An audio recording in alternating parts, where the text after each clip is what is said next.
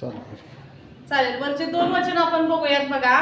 तर आपल्या लोकातही खोटे संदेष्टे होते, तसे तुम्हातही खोटे शिक्षक होतील. ते विध्वंसक पाखंडी मते गुप्तपणे प्रचारात आणतील. ज्या स्वामीने त्यांना विकत घेतले त्यालाही ते नाकारतील आणि आपणावर आकस्मिक नाश ओढवून घेतील.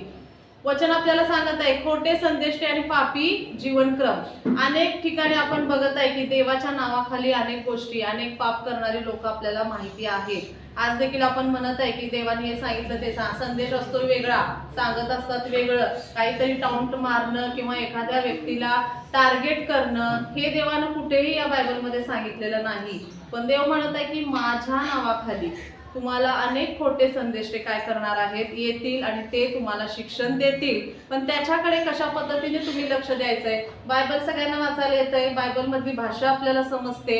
आपण वाचल्यानंतर आपल्याला लगेच लक्षात येतं की तो संदेश आपल्यासाठी आहे की नाही. त्यामुळे आपल्याला लगेच लक्षात येतं की खोटे संदेष्टे काय आहेत. आणि पुढचं वचन सांगितलं की ज्या स्वामीने त्यांना विकत घेतले, प्रभू येशू ख्रिस्तानं त्याचं रक्त आणि त्याचं शरीर त्या वधस्तंभावर फक्त तुमच्या आणि माझ्यासाठी त्या ठिकाणी दिलेलं आहे. आणि रक्त सांडून आपण जरी कुणाला तर रक्त डोनेट करायचं की माझ्या शरीरात रक्त नाही आहे ना, मी कुठलं तुम्हाला देऊ, आपण असं म्हणत असतो. जे रक्तदान शिबिर वगैरे येतं त्यावेळेला देखील आपण विचार करतो की थोडंफार रक्त द्यायचं म्हटलं की आपण विचार करतो, पण शरीरानं देवानं त्याचं अख्खं शरीर आणि त्याचं रक्त फक्त आपल्यासाठी त्या ठिकाणी वाहिलेला आहे. आणि ते विधी आपल्याला घालून दिला तो मेझामध्ये सामील होत असताना परमेश्वर सांगत आहे की त्या स्वामीनं ज्यांना विकत घेतलेला आहे त्याला देखील काही लोक नाकारतील असंही सांगितलेलं आहे. आणि आपणावर काय करणार आहेत, आकस्मिक नाश ओढवून घेणार आहेत. अशा गोष्टी करणारे जी पापी संदेश आहे तो नक्कीच देव त्यांचा नाश करणार आहे, हे तर ठरलेलंच आहे. दुसरं वचन सांगत आहे बघा, त्यांच्या कामतूर आचरणाचे अनुकरण पुष्कळ लोक करतील, त्यांच्यामुळे सत्य मार्गाची निंदा होईल. आज आपण बायबल मध्ये जे काही वचन ऐकतो किंवा जे पास्टर लोक असतील किंवा काही गोष्टी आपल्याला शिकवत असतील त्यांचं आपण ऐकतोय, त्यांचं अनुकरण करतोय आणि आपण बाहेर देखील तेच वागत असतो. का तर आम्ही बायबलमध्ये हे शिकलो. आपण जर ते योग्य जर शिक्षण नसेल किंवा जर खोटे संदेश ते आपल्याला शिक्षण देत असतील, त्यांचंच आचरण त्यांचंच अनुकरण आपण बाहेर देखील जाऊन करणार आहोत. तर नक्कीच देव परमेश्वर आपल्याला सांगत आहेत की अशा गोष्टी जर करणारे जे पापी संदेष्टे असतील तर ते स्वतःहून त्यांच्यावर नाश असं ओढवून घेणार आहेत. तिसरं सांगत आहे वचन आपल्याला बघा, ते लोभ धरून बनावट गोष्टी सांगतील आणि तुम्हावर पैसे मिळवतील. त्यांच्याकरिता नेमलेला दंड पहिल्यापासूनच विलंब करत नाही आणि त्यांचा नाश डुलक्याही घेत नाही.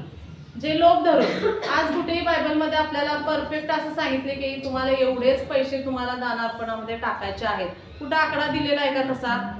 एवढं टाकायचंच आहे. तुमच्या मनाच्या इच्छेने तुमचं जे हृदय सांगत आहे ते तुम्ही ते अंत करा. आपला परमेश्वर हृदय तोलून पाहणारा परमेश्वर आहे, अंतकरण पाहणारा परमेश्वर आहे.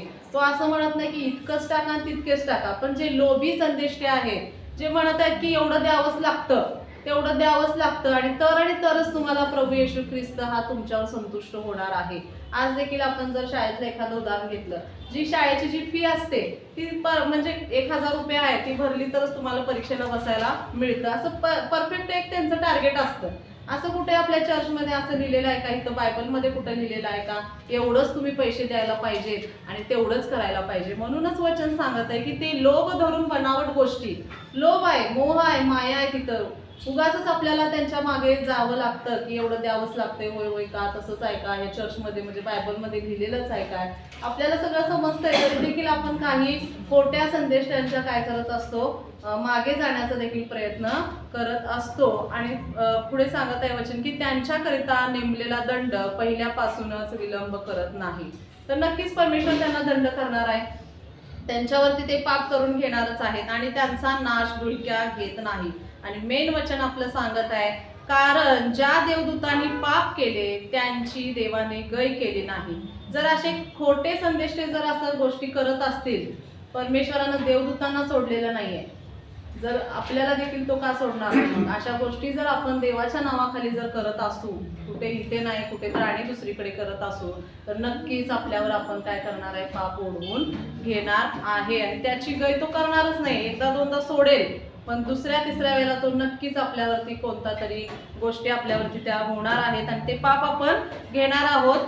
तर त्यास नरकात टाकले आणि न्यायनिवाड्याकरिता राखून अंधकारमय खाड्यात ठेवलेला आहे. आता बघा, शाळेतला एखादा सेक्रेटरी असतो आणि तो त्याचा मित्र जर दुसरा असेल तर तो म्हणतो, एखाद्या वेळेला अभ्यास केला नसेल तर तो म्हणतो ठीक आहे ना, सरांना सांग मी आज अभ्यास केलेला नाहीये, माझा मित्र आहेस की नाही तू. मग एकदा दोनदा तो मित्र आहे म्हणून त्याला ऍडजस्ट करेल.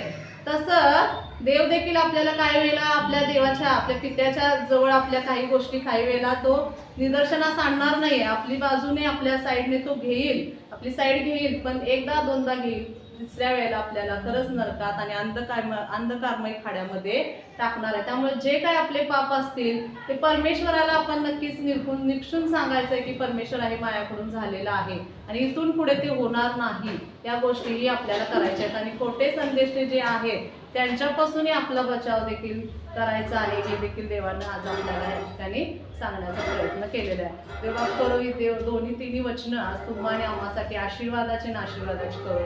आमेन आमेन. आपण आपले नेत्र बंद करूया आणि प्रार्थना करूया. धन्यवाद देत आहे स्वर्गातल्या प्रेमळ बाप्पा. खरंच माझ्या राजा प्रभू परमेश्वर पित्या, हे जे खोटे संदेश असतील तर त्यांच्यापासून आम्ही आमचा बचाव कसा करायचा आहे, किंवा प्रभू परमेश्वर पित्या जर असतीलच तर त्यांना तू ज्ञान बुद्धीचा पुरवठा आत्तापासूनच कर. जर त्या गोष्टी तुझ्या नावाने करत असतील प्रभू परमेश्वर पित्या तर आत्ताच त्या गोष्टी स्टॉप कर माझ्या राजा. येशूच्या नावामध्ये आम्हाला जे काय प्रभू आता ह्या प्रभू भोजनाच्या ह्या मेझामध्ये आम्ही जात असताना तुझ्या पवित्र आणि पवित्र रक्तानं आम्हाला शुद्ध कर, पवित्र कर आणि तो अंधकारमय खाडा आमच्यापर्यंत येऊच देऊ नकोस राजा. असं तू आम्हाला तुझ्या प्रतिरूपेचं बनव राजा. येशूच्या नावात तू करतोस. आज पश्चातापूर्वक आम्ही ज्या काही पाप, जी काही चुका झाल्या असतील तर त्याबद्दल आम्ही मनातून अंतःकरणातून प्रभू माफी मागते राजा. येशूच्या नावात तू करतोस म्हणून आभार आणि धन्यवाद देते. सर्व आदर, सर्व महिमा आणि गौरव प्रार्थना तुझा पुत्र येशू माझ्या उद्धारक आणि तारणाऱ्याच्या नावाने मागते.